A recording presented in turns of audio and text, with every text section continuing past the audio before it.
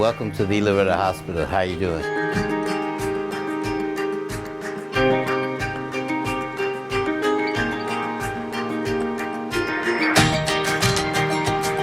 George N. Miller Jr. I am President and CEO of the Loretto Hospital. This is my 20th month. It was one of excitement and thrill to take a helm of a safety net hospital on the west side of Chicago. But the inequities in healthcare was a stark difference for me. If you live downtown Chicago, life expectancy there is 88 years of life, but you come just 9 miles away, a 20-minute ride on the Eisenhower to exit 23B, and it drops to 68.2 years of life. And that struck a nerve that in 20 minutes, you lose 20 years of life. In our search for a new president, we wanted to make sure that our new president put our community first and the people that we served. We hit a trifecta with Mr. Miller. The doctors, the nurses, the staff, they're not the bad guys. So you want someone that comes in that understands what they've been dealing with this older building, dealing with all the changes that are happening in healthcare. If you look around our leadership team and the diversity of women and other ethnic minorities from around the world on our senior leadership team, it's very exciting to lead that team.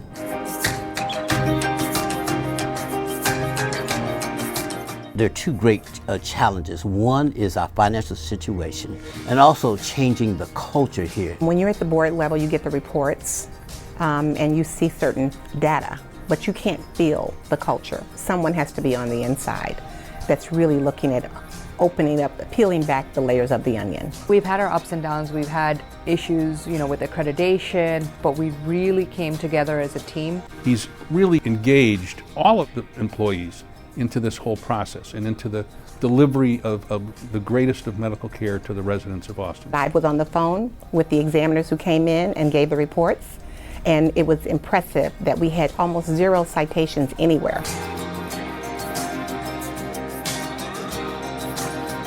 Because the hospital does not get paid exactly what we need to get paid, right? So for us to maintain our day-to-day quality metrics and still to get paid from the MCOs, was a challenge for us. 75% of our patients are Medicaid, which is the worst payer in the country. If you only get paid about 20 cents on the dollar, and now that itself takes about 140 to 150 days, and we have to change up our operations and still maintain our excellent quality. We had a town hall meeting here at Loretto Hospital.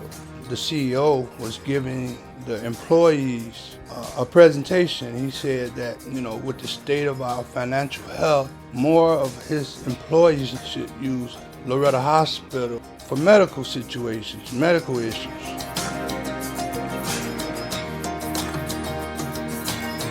MCOs now recognize that they have to transform as well, so they will be our partners going forward.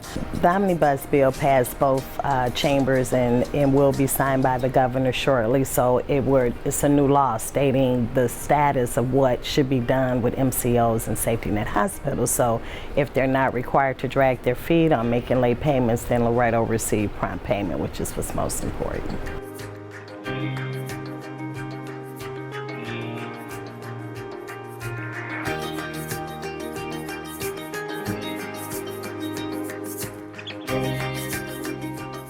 There's been significant improvement in quality in the hospital. CFS, hospitalist. We do a safety huddle every morning, and we don't shut off the area, so sometimes patients are walking through our safety huddle and everyone's saying, good morning, good morning, good morning.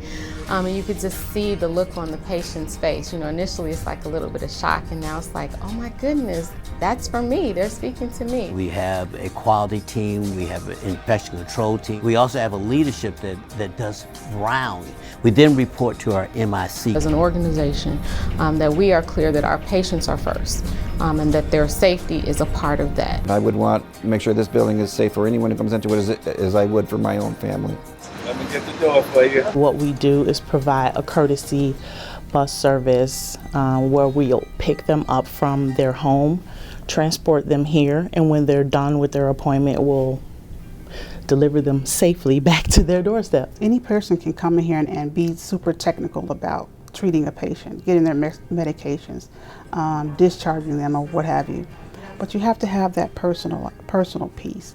So you can draw that patient in and let them know that you're there for them. What can I do to make your life better? The emergency department can set the tone for the rest of a patient's visit because they see us first. So they need those smiles, that compassion, that one-on-one treatment, and to provide them with the best care. It's been a nice experience because everyone has been kind, they've been caring.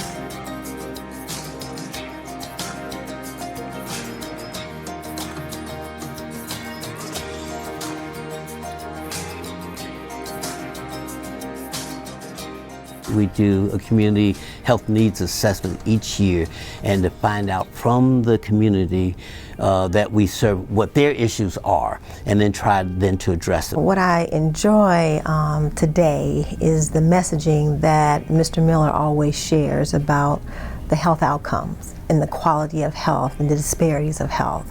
And that's the beauty of a community hospital. The goal of the hospital should be to really improve the life of the community and for us to help the community understand on how not to get diabetes or hypertension. I've been using Loretto Hospital nurse educator to help me medically. I've lowered my A1C count. I've lost about 5 pounds.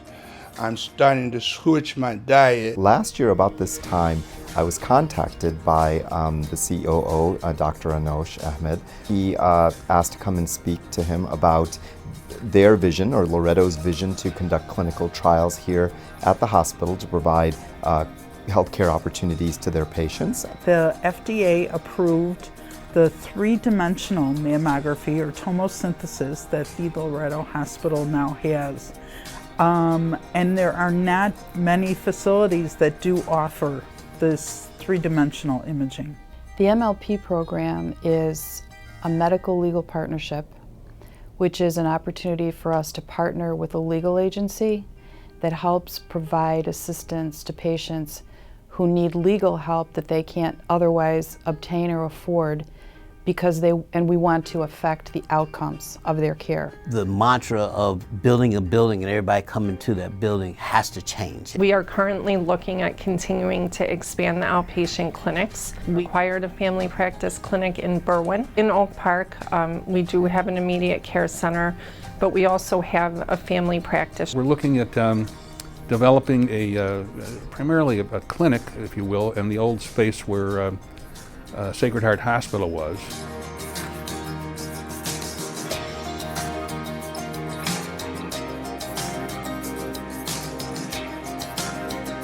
Our future looks great. We have an infusion therapy company coming in. There are 24 end-stage renal dialysis centers in the Chicagoland area, none in Austin.